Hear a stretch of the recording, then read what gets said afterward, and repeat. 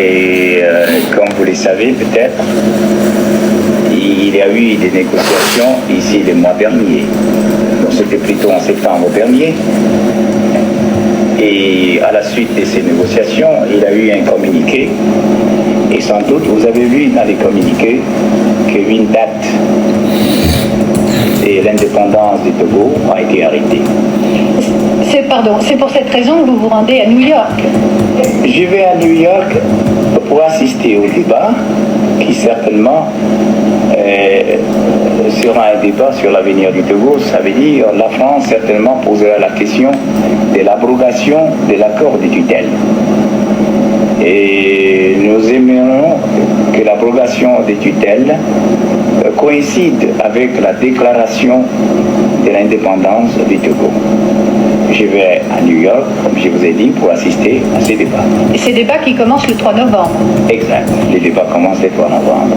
Est-il indiscret de vous demander de quelle manière vous envisagez ensuite les rapports entre la France et le Togo? Voilà, là vous me posez une question qui sera tranchée non pas par les gouvernements ou par moi-même, mais par l'Assemblée territoriale, ça veut dire notre Assemblée législative. Et ceci, ce sera pour plus tard. Ça sera certainement plus tard. Merci, Monsieur le Président. Et quoi, madame, merci. Alors, j'ai voulu passer cette séquence-là juste pour la veille de cette commémoration, pour vous montrer comment nos grands-pères, tous ces gens qui se sont battus, se sont vraiment battus pour l'indépendance. À l'époque, vous imaginez ce qu'était l'aviation et tout ça, faire le tour du monde, aller faire des plaidoyers à New York, passer par Paris, aller en Allemagne.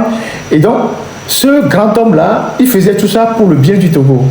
Et après, il a été assassiné par des gens qui n'ont participé à aucune lutte pour l'indépendance du Togo. Et ces gens-là ont bradé après cette indépendance-là jusqu'à ce jour, 66 ans après. 66 ans après, nos richesses ne sont pas entre nos mains. 66 ans après. Sylvanus s'est battu pour le Togo. Sylvanus s'est battu pour le port autonome de Lomé. On l'oublie trop souvent. Le port autonome de Lomé où les gens ramassent l'argent et deviennent des milliardaires. Le port autonome de Lomé qu'on avait bradé à Bolloré, aujourd'hui à MSC. Sylvanus s'est battu pour la construction du port autonome de Lomé, contre l'avis de la France. Parce que la France voulait que le Togo dépende du port de Cotonou. La France ne voulait pas qu'on construise un port à Lomé. La France avait dit qu'il n'y avait pas d'argent. Donc Sylvanus a dû solliciter les Allemands pour construire ce port-là. Il a posé la première pierre. Le port de Lomé était en construction quand il a été tué. Et c'est ce port-là aujourd'hui qui sert aujourd'hui de caisse d'argent pour ceux qui sont au pouvoir et qui n'ont jamais lutté pour l'indépendance, qui leur permet d'avoir des milliards pendant que le peuple souffre. Sylvanus s'est battu pour la monnaie CFA. Il avait déjà signé le désengagement du Togo du CFA. Il avait signé la création de la monnaie togolaise quand il a été assassiné. Sylvanus a construit des infrastructures qui sont encore aujourd'hui visibles et qui tiennent debout. L'hôtel Le Bénin, aujourd'hui, qui est juste la présidence, le palais de la Marina, c'est en 1 an et demi qu'on a construit cet hôtel-là pour organiser les festivités du 27 avril 1960, pour accueillir les délégations. Et c'est un hôtel qui tient debout. Et pour la construction de cet hôtel-là, on a sollicité beaucoup d'artisans à l'intérieur du pays. On a sollicité des artisans depuis Dany, on a sollicité des artisans dans le Grand Cloto, des gens qui ont fabriqué des lits, qui ont fait des masques, qui ont fait des œuvres d'art, qui sont dans cet hôtel. Donc, pour la construction de cet hôtel-là, le président Sylvanus a fait travailler des Togolais, les artisans togolais, pour cet hôtel. Le président Sylvanus a fait construire le premier barrage hydroélectrique, le barrage de Pimé. Avec la Yougoslavie, à l'époque, le président Tito était au Togo, et ils ont construit ce barrage-là, qui jusqu'à ce jour n'est pas souvent entretenu, et pourtant ce barrage-là, on aurait pu l'entretenir, peut-être même construire un second barrage un peu plus bas, pour en faire un deuxième, pour donner plus d'électricité. C'est ce barrage qui alimentait pendant longtemps le camp hérité et une partie de la ville de Palimé, et ce barrage est toujours fonctionnel. Et à l'époque, Sylvanus avait déjà fait des réunions avec le gouvernement du Bénin pour le barrage d'Akosombo. Je vous ai passé la vidéo ici quand Sylvanus parlait du barrage d'Akosombo. Le barrage d'Akosombo que vous voyez, c'était déjà un projet qui était dans les tuyaux. Après, ils avaient envisagé des petits barrages sur des fleuves qui sont à l'intérieur du pays pour une autonomie énergétique de plusieurs villes. Par exemple, le fleuve, comment ça s'appelle ça, Loti, à Dapaon là-bas, ils avaient déjà imaginé un petit barrage sur Loti pour avoir un peu de mégawatts pour alimenter la ville, les villes qui sont là-bas. Il y avait d'autres fleuves qui étaient dans le projet où on devait faire des petits barrages hydroélectriques. Et puis après, si ce n'était pas suffisant, il faut recourir à l'énergie fossile. Mais aujourd'hui, il n'y a que ces deux barrages-là qui tiennent. Et donc, on a quand même des courants d'eau. Mais depuis 60 ans, les Nyassingbe n'ont jamais fait d'autres barrages que ce qui avait été fait pendant l'indépendance. Les hôtels, bon, Eyadema, avec le boom phosphatier, a conçu le 2 février, a conçu Sarakawa et tout ça. Et finalement, le 2 février et le Sarakawa sont les seuls hôtels qui tiennent aujourd'hui. L'hôtel de la paix est tombé en rue. Depuis 21 ans que font Nyassingbe là, il n'a construit aucun hôtel. À part au Momo qu'ils ont fait avec leurs amis, il n'a construit aucun hôtel. Aujourd'hui, quand les gens viennent au Togo, on loge tout le monde au 2 février là-bas, avec leur tapis bizarre que j'ai toujours décrit là. Chaque activité, ils mènent au 2 février. Depuis 21 ans, Fort n'a pas sorti de terre un seul hôtel de haut standing pour le Togo. Et il n'y a pas une structure pour accueillir les grandes conférences. Rien du tout. Aucune infrastructure. Rien du tout. Absolument rien. 21 ans. 21 ans au pouvoir. Aucune structure digne de ce nom. Pas de centre culturel, pas de musée, pas de palais de sport. Il n'y a rien. Pas de centre artisanal. Absolument rien. 21 ans au pouvoir. Disons que Eyadema a fait sa part. Eyadema, lui, quand il était là, à sa décharge, quand de l'argent est rentré dans les caisses de l'État, il a conçu le 2 février, il a conçu le Sarakawa, il a conçu l'hôtel de la paix. Mais fort depuis 21 ans qu'il est au pouvoir, donc il a déjà dépassé la moitié du règne de son père. Il n'a construit aucune infrastructure d'accueil de grands événements au Togo. Aucune infrastructure d'accueil de grands événements au Togo. Aucune. S'il y en a, citez-moi un seul. Il n'y a aucune infrastructure de haut standing pour accueillir des gens. Rien du tout. Absolument rien. Rien du tout. Aucun centre culturel. Pas de musée. Rien. Absolument rien. Ça, c'est ça. Nos richesses, il les a données aux étrangers. Le port autonome de Lomé à Bolloré, maintenant à MSC. Les phosphates aux Israéliens qui les exploitent. Le clinker aux Indiens. Le marbre à un groupe de voyous, là, eux aussi ils ont disparu. Le manganèse de Nayega, je ne sais pas quel groupe l'a eu. Donc, il a passé 21 ans à brader toutes les richesses du pays aux étrangers. Et pourtant, ce sont des richesses qui sont épuisables. Les mines, ce sont des ressources épuisables. J'ai lu la semaine passée la Côte d'Ivoire qui a pris une très très bonne décision à l'image des pays de l'Europe du Nord. La Côte d'Ivoire a créé un fonds comment on appelle ça? Un fonds de souveraineté pour les générations futures. Parce qu'en Côte d'Ivoire, ils ont compris qu'il faut préserver les générations futures. Ce qu'on est en train d'exploiter aujourd'hui, ça va finir demain, que ce soit le pétrole, que ce soit l'or, que ce soit les mines. Donc la Côte d'Ivoire a décidé de créer un fonds souverain pour les générations futures. Au Togo, est-ce qu'on a un fonds souverain? Au moins, on peut créer un fonds souverain dans lequel on met une partie des richesses minières. C'est ce que la Côte d'Ivoire veut faire. Donc, le clinker, le phosphate, l'or, le manganèse, le fer, on met une partie, peut-être 5%, on met ça dans ce fonds souverain, de manière à ce que demain, si le pays est en difficulté, les générations futures ont de l'argent, parce que ces mines vont s'épuiser. Donc, la Côte d'Ivoire vient de le faire. Ça veut dire que les gens qui sont là-bas, ils pensent à l'avenir. Au Togo, les dirigeants, ils pensent remplir leur poche. Et vous allez voir tout à l'heure. Donc, aujourd'hui, nous sommes à la veille de la fête de l'indépendance. Il n'y a pas d'électricité au Togo. 66 ans après. Elles ont boulot. Il n'y a pas d'électricité. Il n'y a rien du tout. Si le Ghana ne nous donne pas, si la Côte d'Ivoire et si le Nigeria ne nous donne pas, il n'y a pas d'électricité. Il n'y a pas d'électricité. 66 ans après les indépendances. Et pourtant, ceux qui ont eu l'indépendance en 1960, ils ont compris que l'énergie est la source de développement. Ils ont créé le barrage de Pimé. Ils ont lancé le projet de Nangbeto. Ils avaient d'autres projets avant de mourir. Et depuis qu'eux, ils sont là, ils n'ont rien fait. Je vous ai dit tout à l'heure qu'il y a des gens, lui au moins, il a construit les hôtels. Fort, lui, il est là. Rien du tout. C'est toujours l'hôtel de février. Dès que quelqu'un arrive, même les artistes, les gens bizarres là, dès qu'ils arrivent, 2 février, et puis les gens, les influenceurs, les gens prennent des photos là-bas et puis ils nous narguent, ils disent oui. Donc si Yadema n'avait pas construit le 2 février, si Yadema, à sa décharge, n'avait pas conçu le 2 février, donc depuis 20 ans que Fort est là, il n'y aura même pas un bâtiment qui va pousser comme ça au Togo. Il n'y aura rien. Rien ne va pousser comme ça au Togo. Absolument rien. Et vous ne voyez pas la gravité, vous ne voyez pas la gravité des faits. Vous ne voyez pas que c'est grave ce qui est en train de se passer. Donc, nous sommes à la veille des indépendances, c'est un désert d'infrastructures. Les routes sont calamiteuses. Les routes sont tellement calamiteuses que Fort veut aller inaugurer, je ne sais pas s'il a fait finalement, un petit bâtiment au camp GP. Voilà comment on goudronne les rues au Togo pour permettre à Fort de passer, pour qu'il n'y ait pas de la poussière. On va regarder ce qui se passe là-bas au camp GP.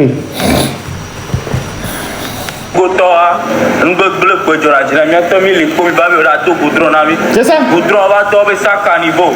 Aller-retour. Goudron sort tout le moment milieu. Quand tu as sorti, combien de jours vous avez? On a tout il faut la couleur. Il faut la couleur. On a tout le quand j'ai payé. Après quand j'ai payé. Quand tu veux bleu pour on a tiré tout. Ah. Oh.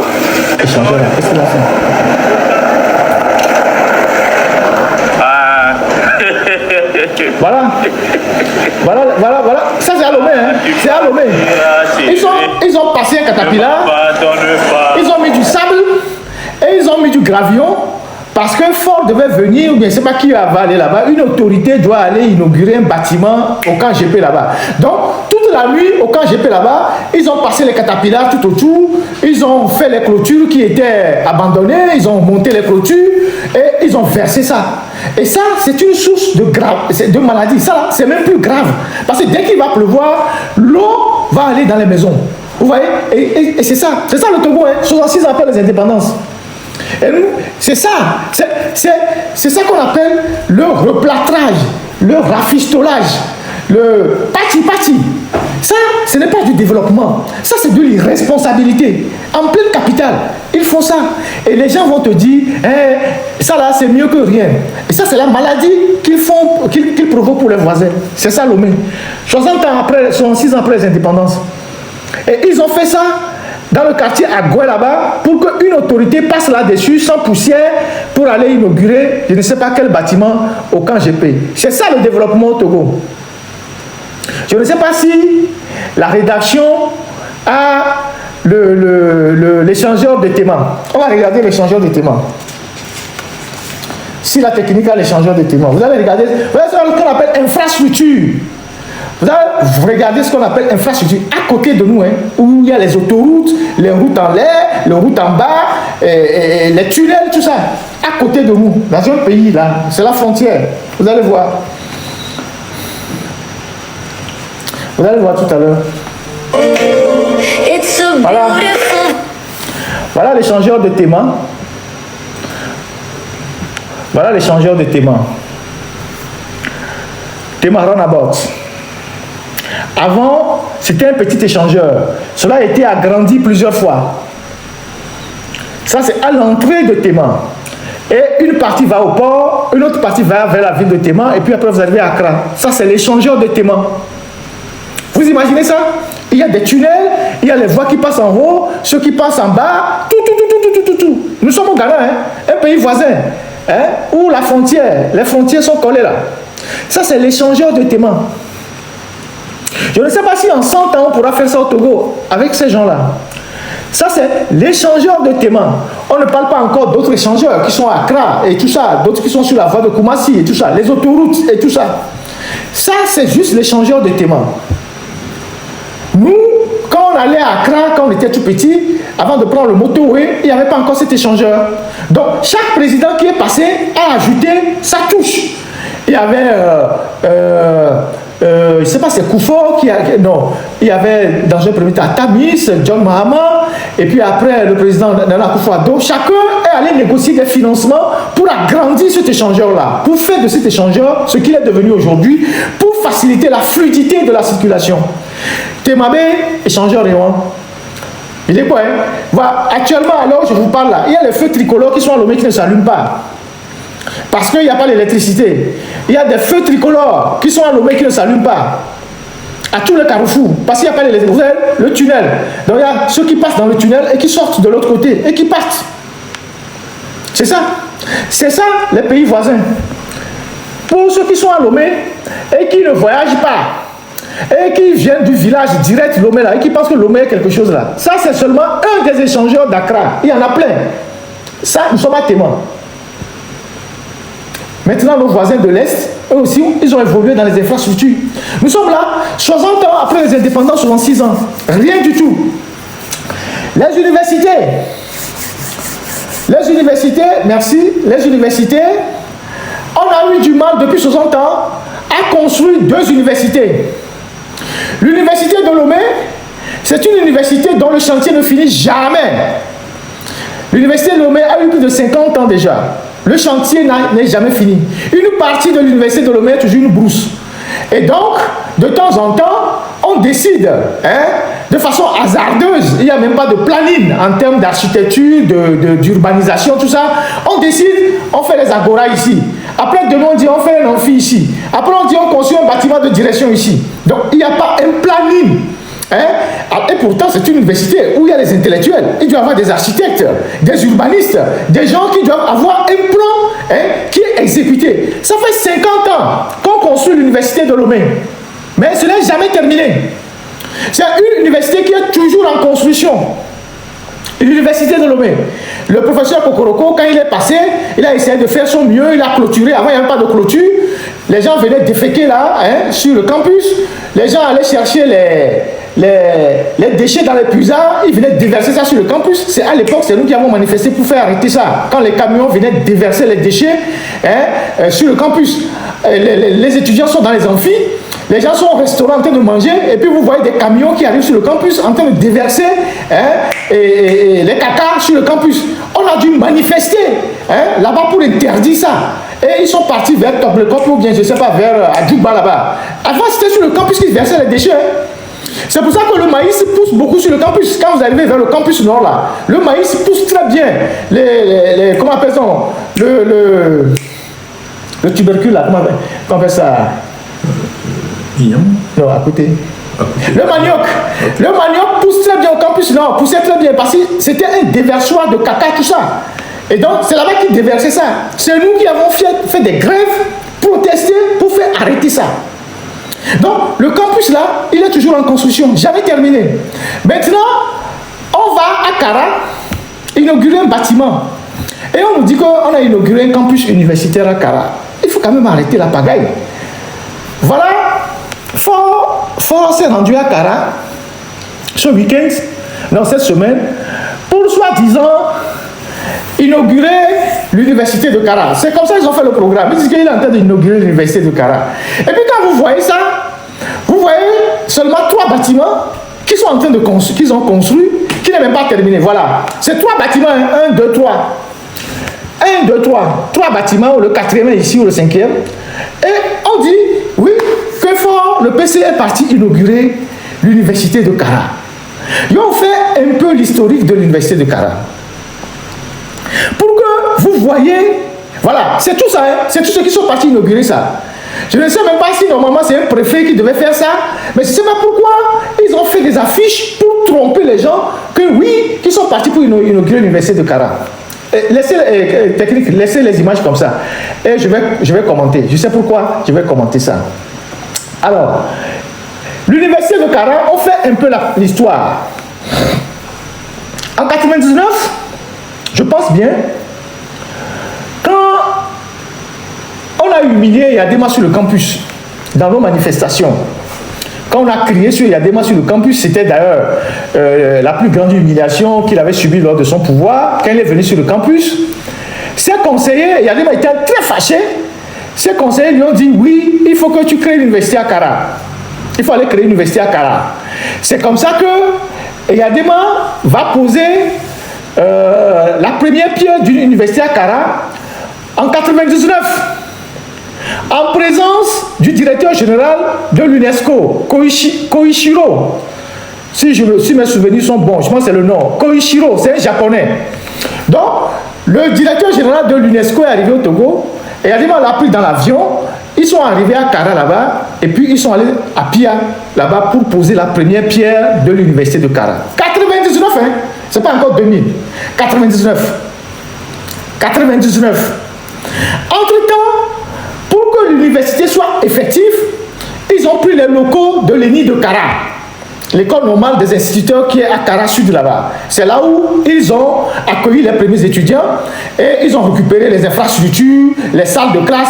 La dernière fois, on a vu un des bâtiments qui ressemble à un magasin dans Sarthe là, que la présidente de l'université allait visiter là. Ça, c'est sur le campus de l'université de l'ENI, où on a essayé de mettre les étudiants dans les salles de classe qui ressemblent à des enclos et tout ça. Et on dit c'est l'université ça.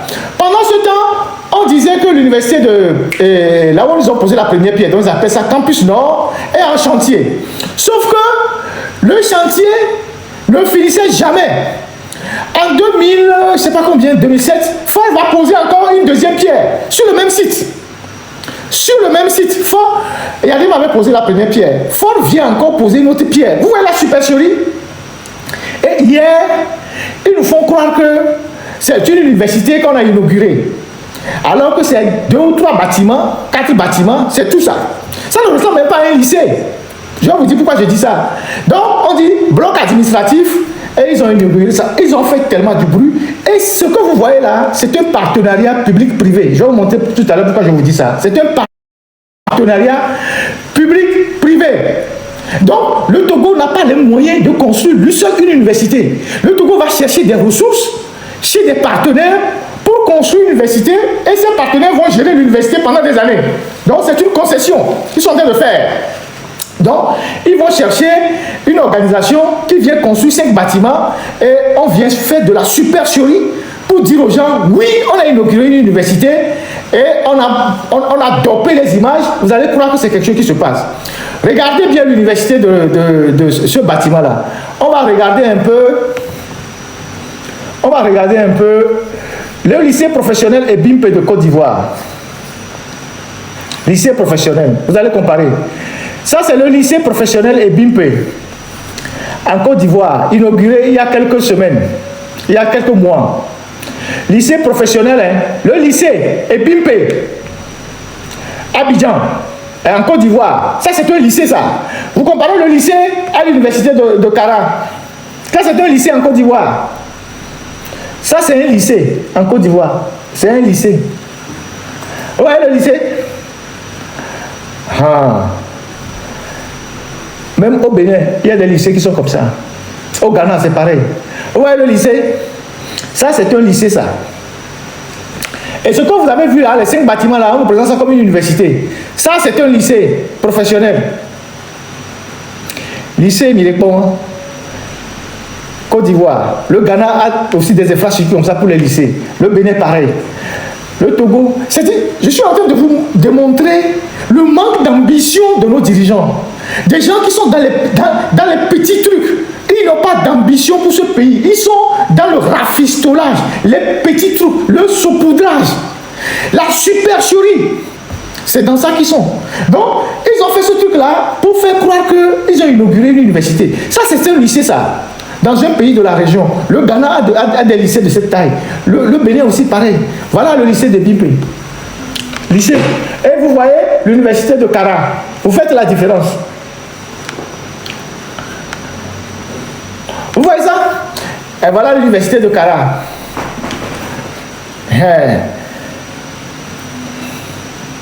Et ça, voilà le lycée Bimpe.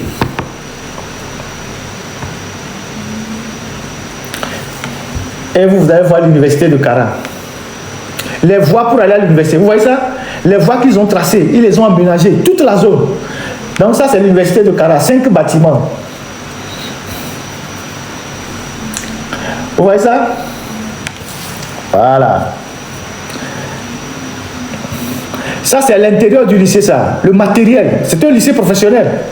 Vous voyez le Premier ministre? Ce n'est même pas Alassane Ouattara qui allait visiter, hein. C'est le Premier ministre qui est allé inaugurer. Vous voyez le matériel high-tech qu'ils ont dans le lycée, puisque c'est un lycée scientifique et professionnel, c'est un lycée professionnel. Vous voyez le matériel?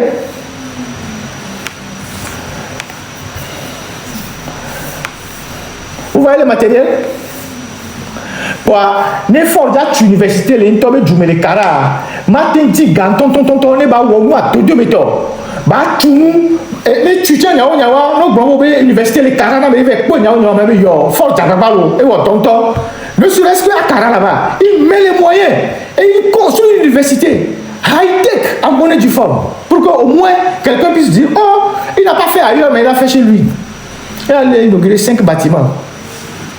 C'est ça. C'est ça le truc de Kara là, ils font du bruit. Maintenant, il parle de Dacha. Dacha aussi, c'est un partenariat.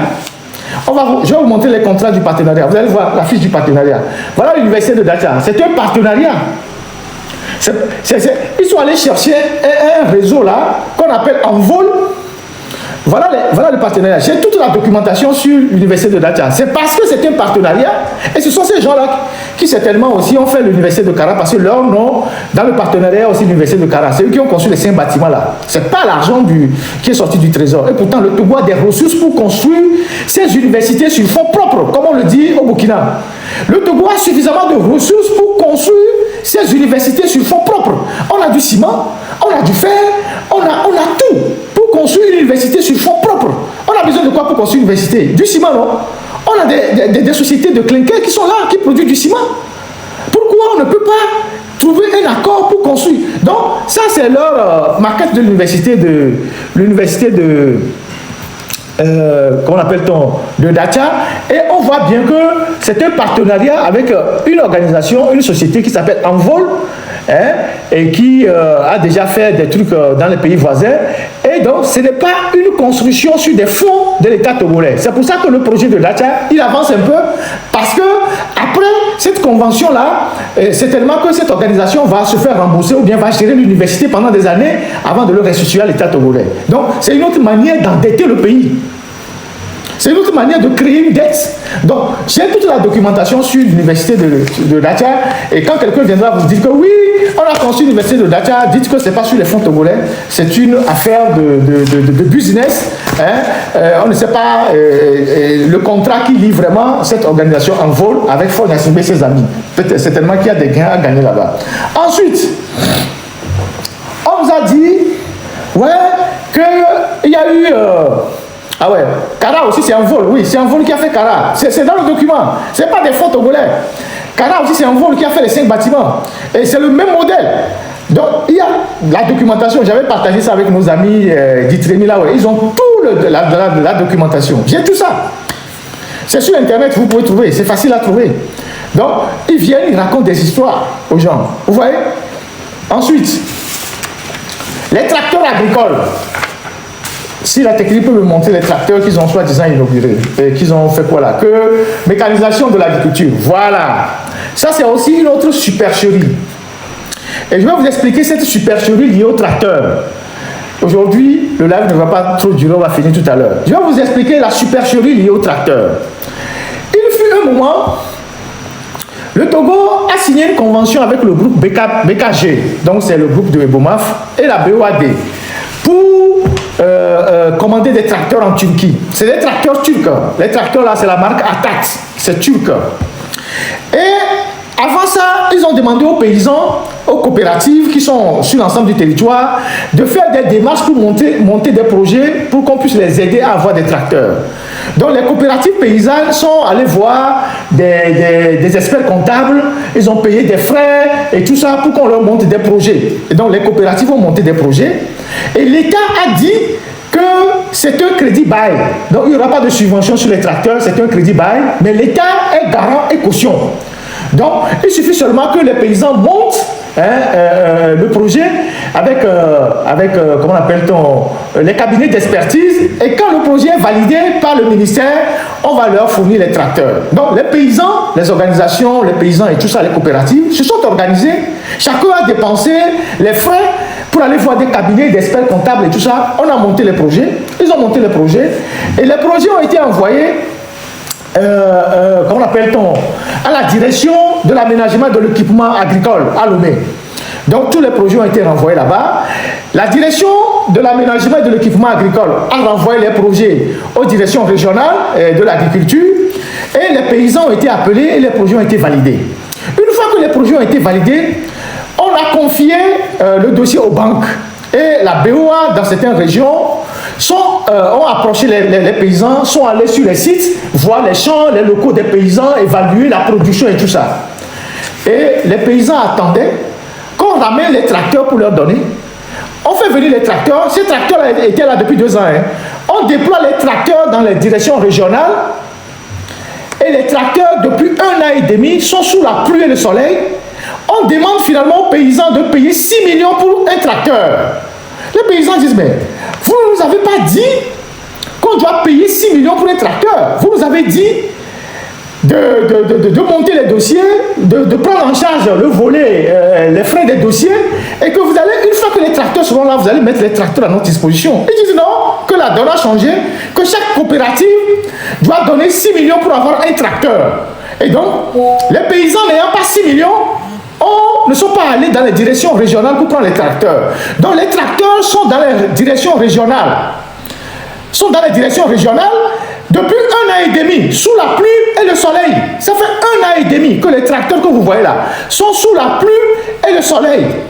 Maintenant qu'ils ont monté leur supercherie d'inauguration de mécanisation à Tchitchao, tous les tracteurs qui sont dans la région des savanes et de la région des Kara, qui étaient dans les directions régionales, on les a ramenés à Tchitchao. On a passé un coup de peinture et on a mis ça là-bas ensemble et on a fait l'inauguration. C'est ce qu'ils ont fait. C'est ce qu'ils ont fait. C'est ce qu'il y a derrière cette histoire-là. C'est-à-dire les tracteurs qu'ils ont laissés à l'abandon, que les paysans n'ont pas pu utiliser depuis 1 an et demi, parce qu'ils ont demandé à chaque coopérative de payer 6 millions. Et les paysans disent qu'ils n'ont pas d'argent. Les paysans sont allés dans les directions régionales. Les responsables régionaux de l'agriculture ont dit non, que les tracteurs là, que l'État a changé d'avis, il faut donner les 6 millions. Les tracteurs étaient abandonnés dans les directions régionales. Savane, Kara et je sais pas, Centrale. Donc, quand le moment est venu de faire cette inauguration, ils ont remonté tous les tracteurs à Tchitchao. Ils ont passé les coups de peinture sur certains tracteurs qui sont en train de rouiller. C'est des tracteurs turcs. Et ils ont dit que oui, le Fonds Nassibé a lancé la mécanisation de l'agriculture à partir des tracteurs qu'on a mobilisés à Tchitchao. C'était des tracteurs qui étaient là depuis 1 an et demi dans la direction régionale. Les tracteurs de Palimé, c'est peut-être pareil. Donc, vous voyez la supercherie, ce qu'ils sont en train de faire avec le ministre de l'Agriculture qui est son beau-frère Bengbeni qui a été décoré. Vous voyez la supercherie. Donc, une fois qu'ils ont fait cette cérémonie-là, les tracteurs vont retourner dans les directions régionales et seront sous le soleil et sous la pluie. Pendant ce temps, les paysans, les coopératives ont besoin de tracteurs pour travailler. Quelle est la superficie du Togo? Qu'est-ce qui se passe au Togo pour que le Togo ne puisse pas acheter lui-même des tracteurs pour donner aux paysans? J'ai dit plusieurs fois dans ce pays qu'il y a un Togolais qui fabrique les tracteurs. Vrai ou faux? Il y a un Togolais qui fabrique des tracteurs, qui a même fait plusieurs fois l'expérience. Il y a des vidéos qui sont sur la toile. Il y a un Togolais qui s'appelle Lobou, celui qui a fait Foufou Mix. Il fabrique des tracteurs. Pourquoi on ne peut pas dégager de l'argent sur le budget de l'agriculture pour que ce Togolais puisse fabriquer plus de tracteurs pour les paysans? Parce que les tracteurs que ce Togolais fabrique, c'est adapté à nos réalités. Ce Togolais s'appelle Lobou. C'est lui qui a fait Foufou Mix. Et il fabriquait des tracteurs. Les Keola Tengo amené les Togo. Et là, on fabriquait des tracteurs. Yo là, bébé là, on m'a sorti gagner les bas, agrandi, il y avait une usine, on a fabriqué des tracteurs. Les Togo, on n'a pas de tracteurs. Ce Togolais qui fabrique les tracteurs là, l'ingénieur là, on peut lui adjoindre d'autres ingénieurs de l'ENSI ou des écoles professionnelles. On crée un grand espace, l'État leur donne des moyens pour fabriquer des tracteurs. Ils ne vont jamais le faire. Vous savez pourquoi? Parce que en allant commander les tracteurs en Inde, c'est là où ils ont leur commission. En allant commander je ne sais où, c'est là où ils ont leur commission. C'est là où ils débloquent le double de l'argent. Vous voyez ça? Il y a un Togolais qui fabrique des tracteurs. Monsieur Lobou. C'est lui qui a créé Foufou Mix. Pourquoi l'État ne peut pas promouvoir ce monsieur? Vous savez comment les gens sont devenus milliardaires en Europe ou aux États-Unis? C'est des gens qui ont fait des petites inventions. Et puis, l'État leur a facilité des prêts et des financements dans les banques. C'est comme ça qu'on a créé des milliardaires en Europe. Maintenant, au Togo, depuis les indépendances, quels sont les milliardaires que l'État a aidé à créer dans tous les domaines?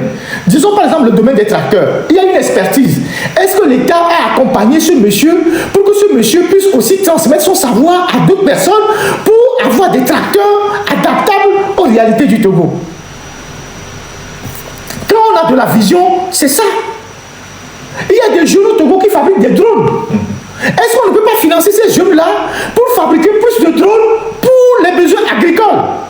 Pour qu'il y ait plus de paysans qui utilisent les drones pour l'agriculture. Il y a des Togolais qui font dans je sais pas, dans la débrouillardise en termes de technologie. Mais ils ne vont pas le faire. Parce que l'argent là, quand ils vont donner à M. Logou va devenir millionnaire. Et quand il va devenir millionnaire, il sera un danger pour leur pouvoir. Donc ils préfèrent aller donner cet argent aux Indiens. C'est comme ça qu'ils sont allés commander des tracteurs en Inde. Comment il s'appelait ce tracteur-là? Quoi, Masson l'a fait? Les tracteurs qui étaient à Védi là, avec M. Kader, un gars qui a disparu, qui se retrouve aux États-Unis là. Ferguson Massé, c'est ça, merci. C'était les tracteurs qu'ils avaient commandés et ça a été un scandale terrible. Ce Kader a mouillé beaucoup de journalistes. Il a débloqué de l'argent pour mouiller les journalistes quand le scandale a éclaté, puisque j'avais dénoncé ça et ils avaient envoyé des gens pour tenter de nous faire taire, on les a renvoyés. Donc, ils avaient fabriqué et ils ont amené les tracteurs à Védi là-bas, je ne sais pas, après le rond-point de Torti là, en allant vers la Védi là, ils avaient stocké les tracteurs là-bas, Ferguson Massé. Ça a été un gros scandale. Ce Kader, il s'est fait beaucoup d'argent et après il a taillé, il est maintenant aux États-Unis. Et ces tracteurs se sont révélés un échec total. Maintenant, c'est vers la Turquie qu'ils sont. C'est vers la Turquie qu'ils sont allés maintenant. Et ils trompent les paysans. Et chaque année, c'est le même jeu. C'est la même supercherie. C'est la même escroquerie. C'est une escroquerie. C'est la même escroquerie. Et l'État perd de l'argent dans les choses comme ça. Alors qu'il y a une expertise au Togo. Vous ne pouvez pas avoir une université qui est au Togo depuis 50 ans. L'École nationale d'ingénieurs. Vous avez un Togolais qui fabrique des tracteurs. Et vous ne pouvez pas mettre les intelligences ensemble. Vous mettez, au moins mettez 1 milliard à la disposition de M. Logou pour nous sortir une centaine de tracteurs. Mettez 1 milliard à la disposition de M. Logou. Et vous mettez auprès de M. Logou des ingénieurs du campus. Vous pouvez même nommer quelqu'un même qui soit le directeur de son centre pour superviser les travaux. Et vous dites à M. Logou, nous voulons 100 tracteurs. Nous mettons 1 milliard à ta disposition et nous voulons 100 tracteurs. Et au bout de 1 an, si M. Logou n'arrive pas à sortir les 100 tracteurs, l'État togolais peut dire, bon, on a essayé national, ça n'a pas marché, on va aller chercher les tracteurs à l'étranger. Mais comment est-ce que vous avez un Togolais qui fabrique des tracteurs, qui a l'expertise de la fabrication des tracteurs, et vous partez chercher des tracteurs en Inde, en Chine, en Turquie? Ça suit quelle logique? C'est quelle logique? Il y a quelle logique dans ça? L'État togolais peut dire, on va aller chercher une surface de 1 demi-hectare à Déticopé, on construit les entrepôts, on met toutes les machines, on dit à M. Logou, nous mettons à votre disposition les ingénieurs de l'INSI, on nomme un directeur de votre centre, sortez-nous 100 tracteurs. On fait une première expérience, l'État met 1 milliard. Sortez-nous 100 tracteurs. Si M. Logou n'arrive pas à sortir les 100 tracteurs, alors l'État va dire, bon d'accord, on a fait une expérience qui n'a pas marché avec un national. On va aller chercher les tracteurs ailleurs. Mais les tracteurs de M. Logou sont sur Internet. Il a fait des exercices dans les champs. Dans les champs. Donc, voilà, l'histoire des tracteurs au Togo, c'est aussi une autre mafia, à l'image même du ministère de l'Agriculture. Puisque le ministère de l'Agriculture, c'est une mafia. La mafia des engrais, la mafia des intrants, la mafia des pesticides, la mafia des dons que le Japon envoie, la Chine envoie, on reconditionne les riz, on revend, et la mafia des tracteurs. Et c'est le ministère de l'Agriculture qui a engrangé le plus grand, c'est-à-dire les fonds les plus énormes pendant la gouvernance de Faure. Tous les projets, PAZA, Puniaza, PADAT, tout ça, tous ces projets, PNPR, tout ça, ça engloutit des milliards. À la fin, rien du tout. Donc, voilà ce que moi j'ai voulu dire. par rapport à tout ça. Donc, il n'y a aucune fierté à célébrer une quelconque indépendance qui n'existe pas. Pendant les 66 ans d'indépendance, la famille Gnassingbé n'a pas aidé des Togolais à devenir milliardaires. Vous allez voir, tous les secteurs de l'économie togolaise sont aujourd'hui dans les mains des gens extérieurs. Le secteur des importations alimentaires, vous avez le groupe qui importe ça, c'est le groupe Champion, avec le SAMES.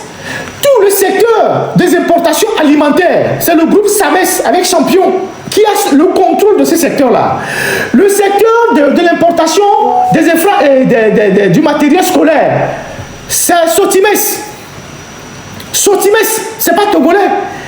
Ceux qui importent les cahiers, les livres, les bics, tout ce qui rentre dans le domaine de bureautique, c'est extérieur. C'est Sotimes. Le secteur du matériel de construction, c'est les gens qui sont à Civito là. Moi j'oublie encore les noms. Le secteur du bâtiment, importation du matériel de bâtiment, tout ça là. Ceux qui sont à Civito là, je ne sais même plus comment vous les appelez. CCT, Watt CCT, c'est eux. Tout ça ne peut jamais se passer sous Sylvanus Olympio. Donc le secteur de l'importation alimentaire, c'est le groupe SAMES qui contrôle le Togo de Lomé jusqu'à Sekase. SAMES est champion. Le secteur des cahiers, des fournitures scolaires, c'est le groupe Sotimes. Le secteur du matériel bâtiment, c'est Watt CCT. Le clinker, c'est les Indiens. Le phosphate, c'est les Israéliens. La bière, c'est les Français. Je ne sais pas comment on appelle ça. Les routes, ce sont les sociétés étrangères. Finalement, quel Togolais, pendant 66 ans, nous avons fait millionnaires pendant la gouvernance de Gnassingbé, à part les voleurs de l'argent des caisses de l'État, à part ceux qui ont volé l'argent dans les caisses de l'État. Quels sont les Togolais qu'on peut citer aujourd'hui qu'on a fait un millionnaire? Je ne parle pas de milliardaire, millionnaire. Togo est millionnaire, millionnaire. Mais Gnassingbé, on a un millionnaire. À part Amoko Fidjoubega, ceux qui ont volé l'argent dans les caisses de l'État. Quel Togolais, on peut dire que le gouvernement a accompagné, sont devenus millionnaires. Nous, on a Benz qui étaient même des millionnaires, qui faisaient la fierté du Togo. Elles sont tous tombées avec l'incendie des marchés. Donc, le bilan de nos propres ressources, nos bilans de nos bijoux de famille, même les banques, on les a cédés aux étrangers. Toutes les banques sont dans les mains étrangères. Alors, quelle fierté nous avons aujourd'hui à fêter quoi que ce soit, où on n'a pas de route, on n'a pas d'hôpitaux. C'est le ministre des Affaires étrangères français qui est venu à Lomé pour inaugurer un bâtiment de rénovation au CHU Sylvanus et au CHU Campus. C'est eux qui font aussi pareil pour le CHU de Cara. C'est la France qui fait un don ou un prêt, je ne sais quoi. Les économistes savent la différence entre les termes. C'est la France qui fait un don. La France à qui Sylvanus avait refusé même de construire la France qui ne voulait pas qu'on construise le port autonome de Lomé. La France qui ne voulait pas tant. 66 ans après, c'est la France qui vient pour faire inaugurer un bâtiment annexe du CHU Campus et qui construit les bâtiments annexes du CHU de Cara. Ça n'a aucun sens. Donc, il n'y a aucune fierté demain à aller faire un défilé à la place de Lomé de là-bas avec des militaires qui montent leur treillis, qui tapent le sol avec leur godasse et puis chantent pour le Togo, nous serons là. Il n'y a aucune fierté. Il n'y a aucune fierté demain à aller faire un défilé avec les danses, tout le monde est content, oui, on est indépendant, et puis les militaires ils prennent les fusils, marchent comme ça, ils font comme ça, pour le Togo, nous serons là. Ça n'a aucune fierté, rien de comédie. Parce que nous ne contrôlons rien dans notre pays. Nous ne contrôlons ni les ressources, on ne contrôle aucun secteur stratégique de notre pays. Aucun. Donc, il n'y a aucune fierté demain à aller défiler et à se frapper la poitrine. À dire oui, nous serons là pour le Togo. Nous serons là. Ça n'a aucun sens. Ça n'a aucun sens. Ça n'a aucun sens d'aller faire ça. Tant qu'on ne va pas honorer la mémoire de Sylvanus, ça n'a aucun sens. Tant que des gens comme Paul Ayi, qui est l'un des plus grands plasticiens de toute l'histoire du Togo et même de l'Afrique de l'Ouest, ne sera pas honoré parce que c'est un acteur majeur de l'indépendance du Togo. Ça n'aura aucun sens tant que Ferdinand Kognoué, le patronyme m'échappe un peu, qui est l'auteur de la marche républicaine ne sera pas honoré avec un documentaire où on voit l'image de la personne. C'est celui-ci qui a inventé la marche républicaine qu'on va chanter demain. La marche républicaine. Combien de personnes connaissent le nom de celui qui a composé ça? Ça n'aura aucun sens tant que les frères Dossé, donc l'archevêque et son frère qui ont composé l'hymne et la musique ne seront pas honorés. Ça n'aura aucun sens tant que celui qui a fabriqué le drapeau ne sera pas honoré. Avec des places publiques, des rues et tout ça. Ça n'aura aucun sens tant que Bella Bello, sur la musique de laquelle on danse, tout le monde danse, ne sera pas honoré. Donc, vous ne pouvez pas dire que vous fêtez l'indépendance sans rendre hommage aux acteurs majeurs de cette indépendance-là. Tous ceux qui ont apporté leur touche particulière pour cette indépendance-là. Ça n'a aucun sens. Donc, tout ce que vous allez faire demain là-bas, à votre place de défilé là, où Fort reste derrière les vitres blindées là, ça n'a rien, aucun sens. Nada, rien du tout. Rien du tout. Et donc, nous disons ces choses-là pour sensibiliser la jeunesse, pour que la jeunesse sache ceux qui ont précédé dans l'histoire, ceux qui ont fait ça, ceux qui sont les acteurs de cette indépendance qui a été bradée après. Parce que nous devons avoir en mémoire ces gens-là. Il n'y a même pas de musée, de place publique pour ces gens-là. Donc, voilà ce que j'ai voulu partager avec vous ce soir dans ce live-là. Et j'ai une pensée pour Madame Nyakadé, j'ai une pensée pour Jean-Paul Omolou, j'ai une pensée pour tous les prisonniers, tous ceux qui sont dans les liens de la détention que Fort refuse de libérer. Malgré les interpellations, malgré les appels à sa conscience, je ne sais pas combien de temps il veut les garder en prison, il veut les voir mourir un à un. Nous avons une pensée pour tous ces gens-là, leur dire qu'on ne les oublie pas. Tous ceux qui sont derrière les barreaux et qui sont retenus contre leur gré parce qu'ils se sont prononcés sur la gouvernance de leur pays, comme s'ils n'avaient pas le droit, nous avons une pensée pour eux. On a une pensée pour tous ceux qui sont en exil et qui n'ont pas l'espoir de rentrer de sitôt, parce que c'est la veille de l'indépendance. On doit penser à tous ces gens-là qui se mouillent, qui se battent, malgré tous les risques qu'ils prennent, malgré les histoires, tout ça. Nous avons une pensée pour tous ces gens-là dans ce live. Donc, Madame Nyakadé, Jean-Paul Omolou, les prisonniers de la C14, tous ceux qui sont privés de leur droit d'aller et de revenir à cause de leur position politique. Une pensée pour ceux qui sont décédés. Je vais vous montrer l'image de quelqu'un que je connais très bien, qui a été aussi une figure de la lutte quand on était à l'UFC. Vous voyez ce monsieur? Je ne sais pas si vous le reconnaissez. Il s'appelle monsieur Kwande Labissi.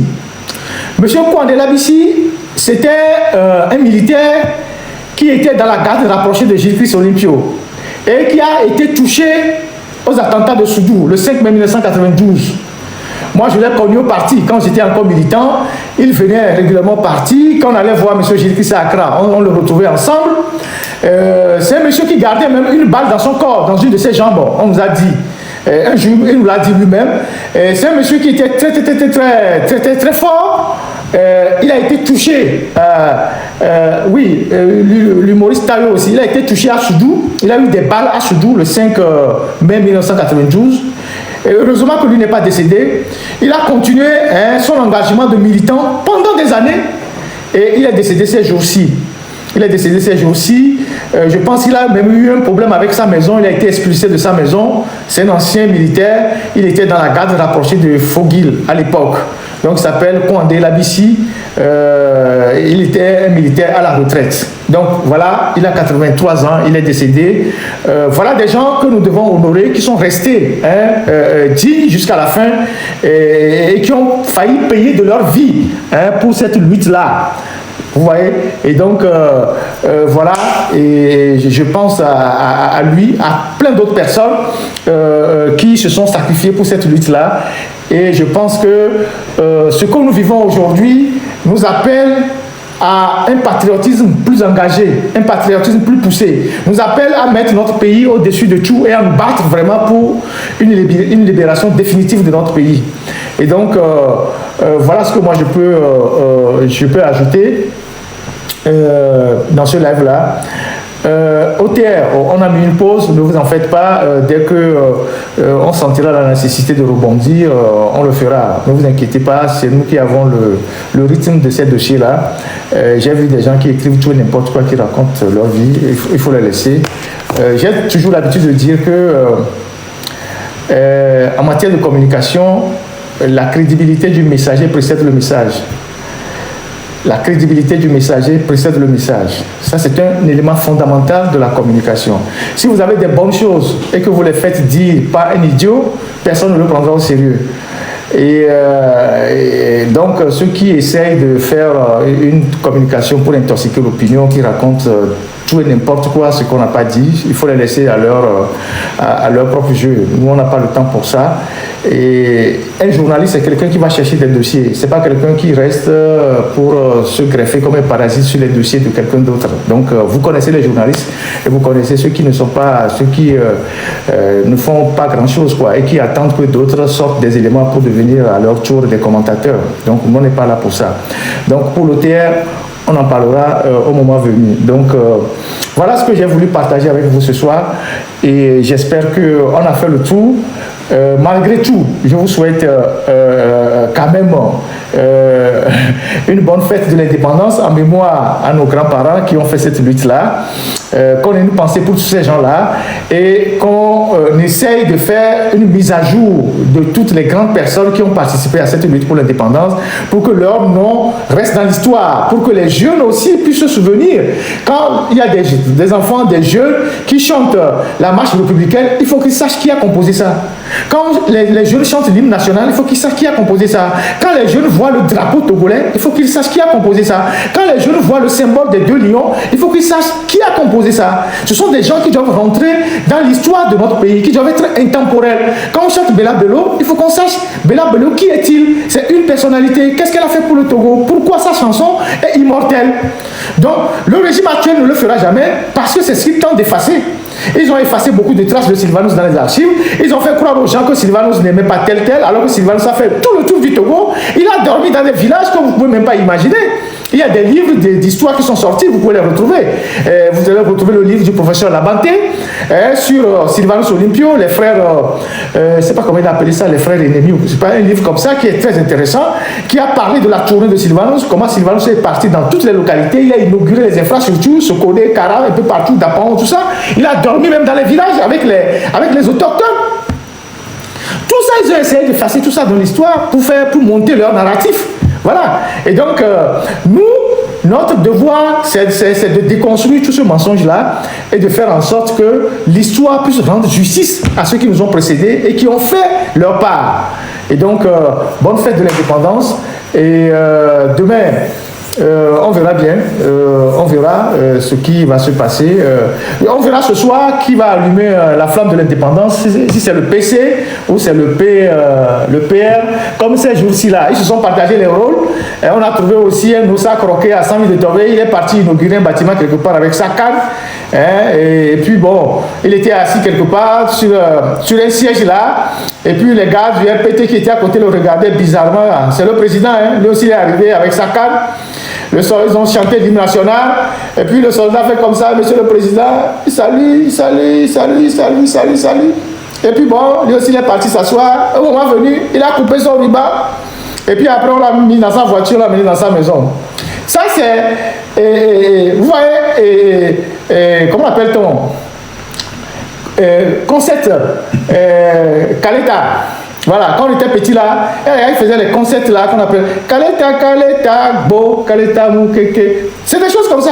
C'est le théâtre là qui se passe au Togo, où on a donné des rôles aux gens. Et tout ça, c'est de la comédie. On dépense de l'argent pour entretenir des gens qui n'apportent rien à la République. Pour entretenir des gens qui n'apportent rien à la République. Il y a les hôpitaux qui n'ont pas de lit. Il y a les écoles qui n'ont pas de toit. Il y a les étudiants qui ont des difficultés à joindre les deux bouts. Il y a des gens qui sont malades. On dépense de l'argent pour nourrir, entretenir des gens qui n'apportent rien à la République. Il y a l'hôtel du président, il y a les gardes-corps, il y a la maison, il y a la sécurité, il y a les voitures, il y a les bons d'essence et tout ça. Alors que dans les autres pays voisins, on vient de supprimer les bons d'essence. Le Ghana vient de supprimer les bons d'essence. Le Bénin l'avait fait autant de talons. Au Togo, tous ces gens que vous voyez là, ils ont des bons de carburant, ils ont des avantages, ils ont des salaires, ils ont des indemnités, ils ont tout. Et tout ça sur le dos de la République. Et qu'est-ce que ces gens-là apportent à la République? Rien du tout. Donc, nous passons notre temps à payer des impôts pour entretenir des gens qui sont dans des maisons de retraite. On paie les impôts pour entretenir des gens comme ça, qui n'apportent rien à la République. C'est l'histoire de comédie, club, tout ça là. Et donc, Samy de Tove lui aussi, on lui a trouvé un couloir pour exercer son pouvoir. De temps en temps, on l'appelle au téléphone, on dit, monsieur le président, vous êtes bien réveillé aujourd'hui? Il dit oui. Ok, tu vas sortir pour inaugurer quelque chose. Alors c'est un malade, hein? C'est quelqu'un qui est très malade. Mais au lieu, lui aussi à son âge là, au lieu de dire non, je ne peux pas faire ça, laissez-moi tranquille. Son garde-corps, celui qui est derrière lui là, quand ils sont au bureau, on lui dit, chaque 1 heure de temps, il faut rentrer dans le bureau pour voir si le président est vivant. Donc chaque 1 heure, il rentre sur le président. Il dit, ah, président, il voit que le président est debout, il ressort. Et c'est ça qui se passe au Togo. Hein. C'est la comédie là qui se passe au Togo. Quand le président est seul dans son bureau, le garde-corps est obligé de rentrer, parfois pour vérifier s'il est bien assis dans son bureau. Je vous dis, ça fait rire, mais ce que je vous dis, c'est sérieux. Hein. Parce que c'est quelqu'un qui peut tomber dans les pommes à tout moment. Parce qu'il a une santé très fragile, c'est les médecins qui essaient de le remonter. Et donc, il peut tomber dans les pommes à tout moment. Donc, on a dit au garde-corps, de temps en temps, même s'il est dans son fauteuil, il rentre pour voir s'il est bien là. Et nous payons pour ça. La République dépense de l'argent pour ça.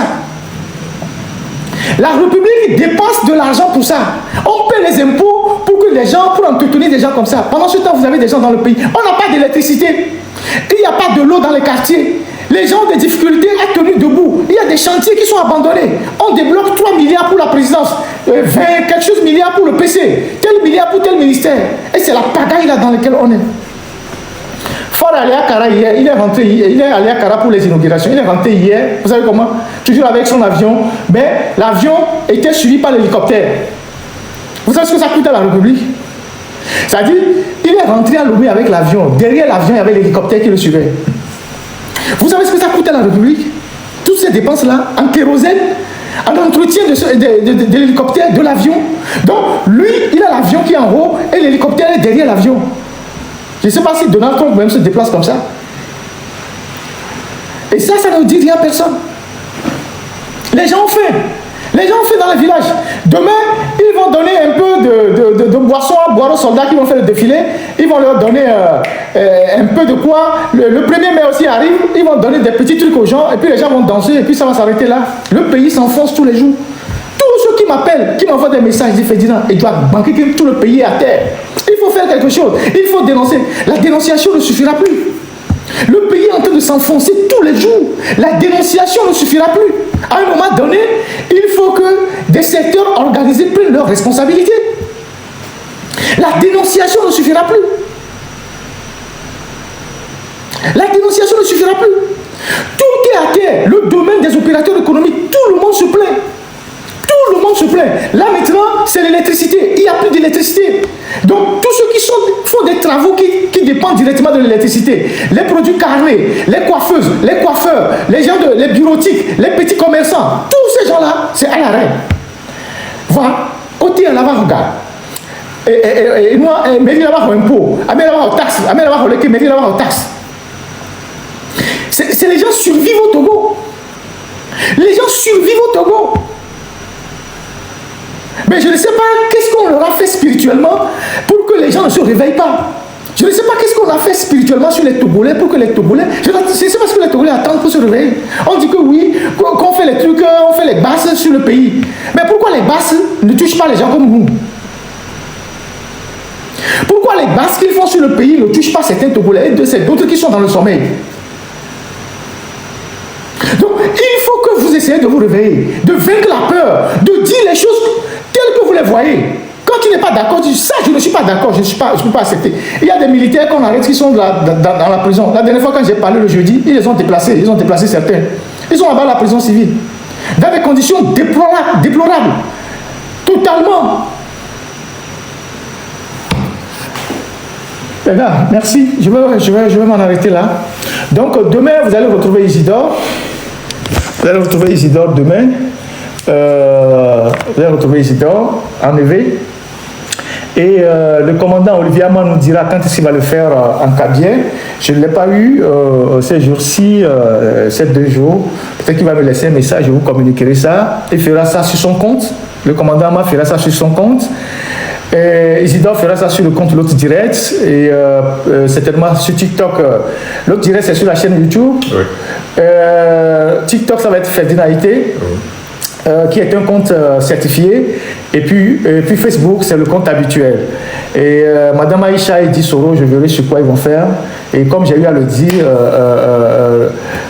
donc ça va être en Kabien, en Thème, et puis en Évé. Et puis après, s'il y a d'autres personnes, bonne volonté, qui veulent faire dans d'autres langues, on va le faire. Et donc, nous, on prendra en charge les frais d'Internet de certains, les frais Internet de certains. Ce serait notre contribution, payer les forfaits pour que les gens puissent avoir de l'Internet en permanence pour faire ce travail-là. Et donc, on va régler ça. Et voilà. Donc, pour le reste, je vous souhaite une très, très, très bonne fête. Bon courage à vous tous. Que Dieu nous donne la force et le courage de continuer. C'est pas évident. Que Dieu nous protège, nous préserve.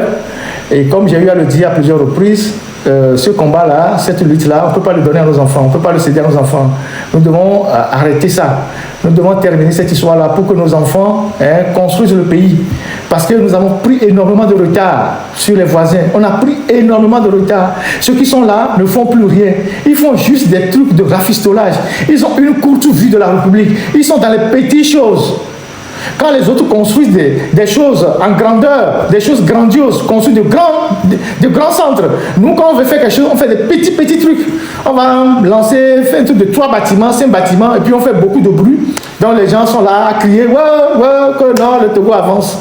Alors qu'on est dans un pays où il n'y a ni route, il n'y a pas de l'eau, il n'y a pas d'électricité, il n'y a rien. Pendant ce temps, il y a une minorité qui s'est accaparée de toutes les richesses pour reprendre leur propre terre. Donc, à un moment donné, il faut dire que ça suffit. Et c'est ça qu'on est en train de faire, selon nos moyens, selon nos capacités. Et donc, voilà ce que je peux vous apporter.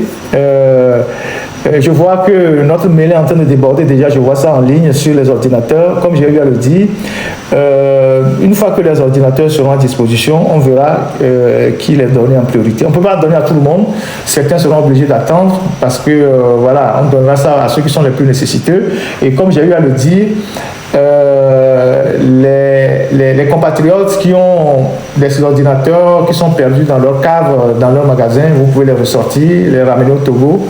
Nous, on va les récupérer, puis on va les conditionner par des techniciens et offrir ça à nos jeunes frères. C'est comme ça que nous devons transmettre les valeurs de solidarité à la jeunesse, à ceux qui nous suivent. Quand vous en avez et que les autres n'en ont pas, il faut partager, il faut aider les autres à monter, à grandir. Et donc, on le fait déjà suffisamment, on va le faire encore. Et comme j'ai eu à le dire, la dernière fois qu'on a eu le prix de $5 000 par cette organisation de Larry Lantoun, on a dispatché la moitié pour les plus démunis au pays.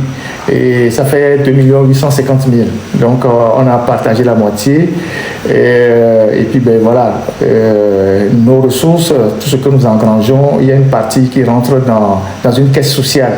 Et que mes compatriotes, que la rédaction gère.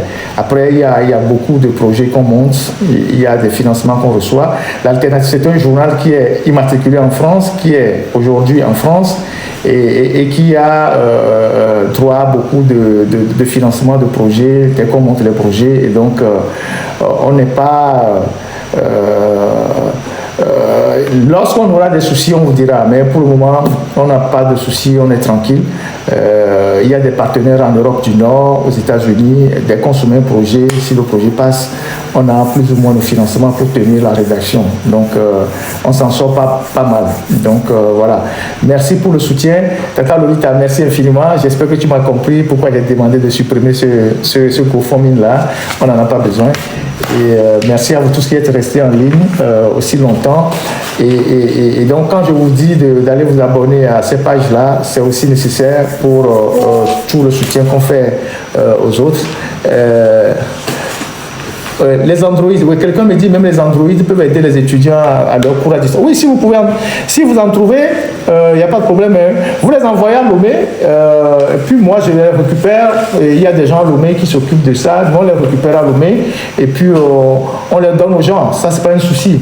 On leur donne aux gens comme on le fait toujours. Donc Android, téléphone, c'est pas ordinateur deuxième main, ça va déjà. On ne demande pas aux gens d'aller acheter des ordinateurs neufs, ordinateurs deuxième main que vous n'utilisez pas.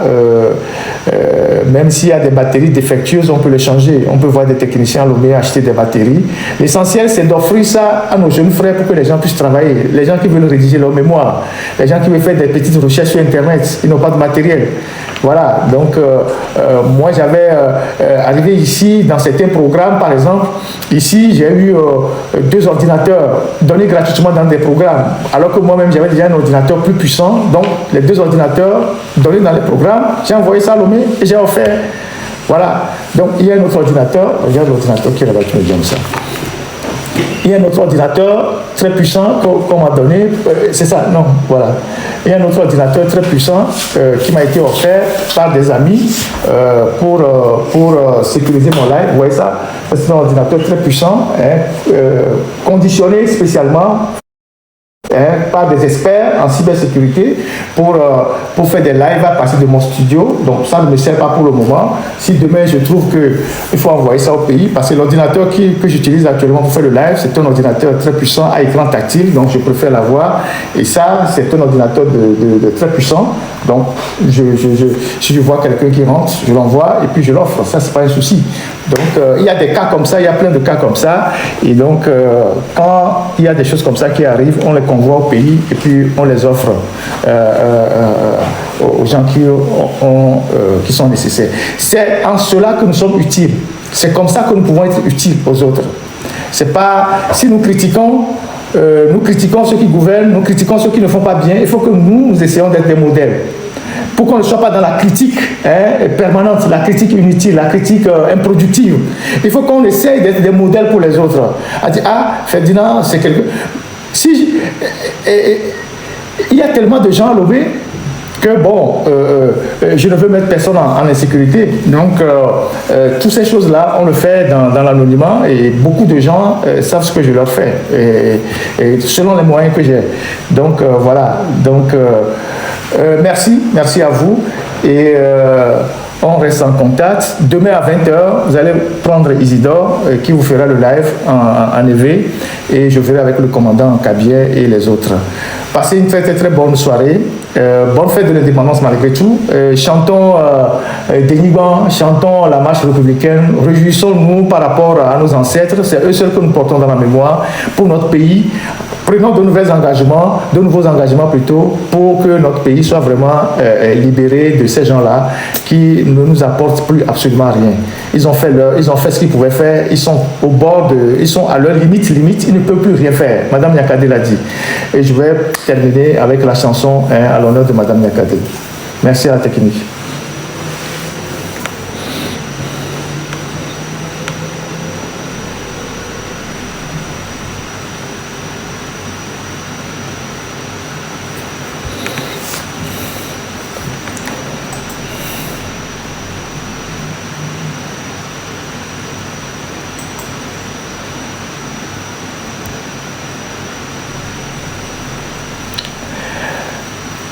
Madame Clarisse, salut à vous, merci pour l'honneur que vous m'avez fait hier, là où on s'est vu, merci infiniment. Ça m'a beaucoup affecté quand je vous ai vu. Vous êtes fidèle de la messe. Quand vous m'avez rencontré hier, vous étiez dépassé et vous étiez très ému. Et donc, merci. Merci. Allons-y.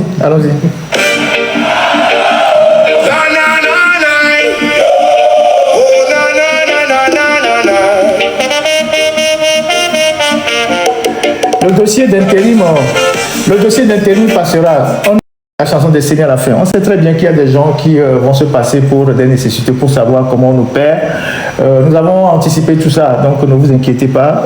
Une fois que les ordinateurs seront sur place, on saura à qui les remettre. Donc, ne vous inquiétez pas. Les vélos, c'est pareil. Donc, nous avons anticipé tout ça. Vous savez, nous, on analyse tous les aspects avant de prendre nos décisions. Quand je l'annonce publiquement, c'est qu'on a déjà pris tous les contours, on a maîtrisé tout. Avant, on le faisait dans la discrétion. Maintenant, quand on va le faire, on sait que les gens du SCRIC, les gens de renseignement peuvent se passer pour des nécessités pour savoir qui remet les ordinateurs, tout ça. Donc, on sait tout ça. Ne vous inquiétez pas. Ne vous inquiétez pas.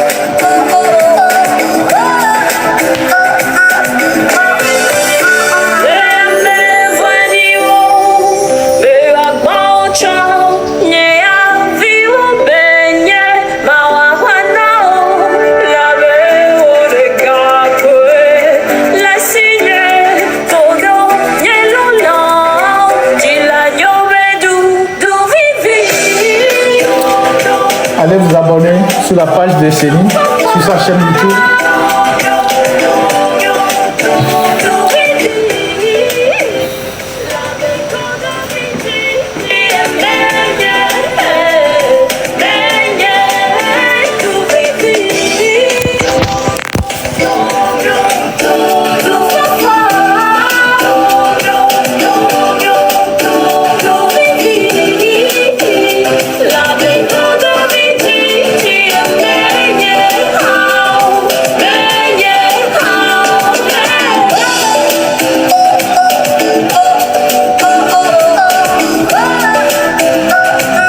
Il y a David qui est aussi en live pour l'affaire de Rosie.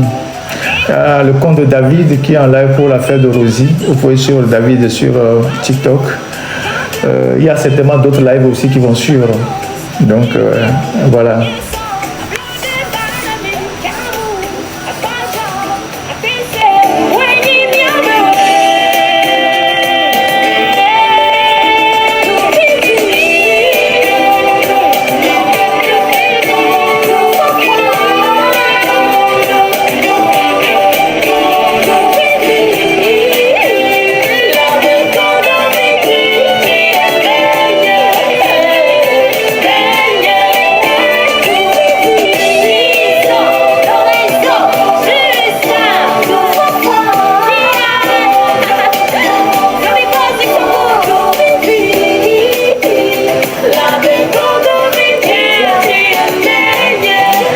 Merci beaucoup, madame. Merci, madame Clarisse. C'était un clin d'œil. Merci à grand frère Edouard. Salut. Salut à vous tous. Salut à Aboui. Salut. Allez, je vous laisse pour le reste de la journée. Demain à Lomé.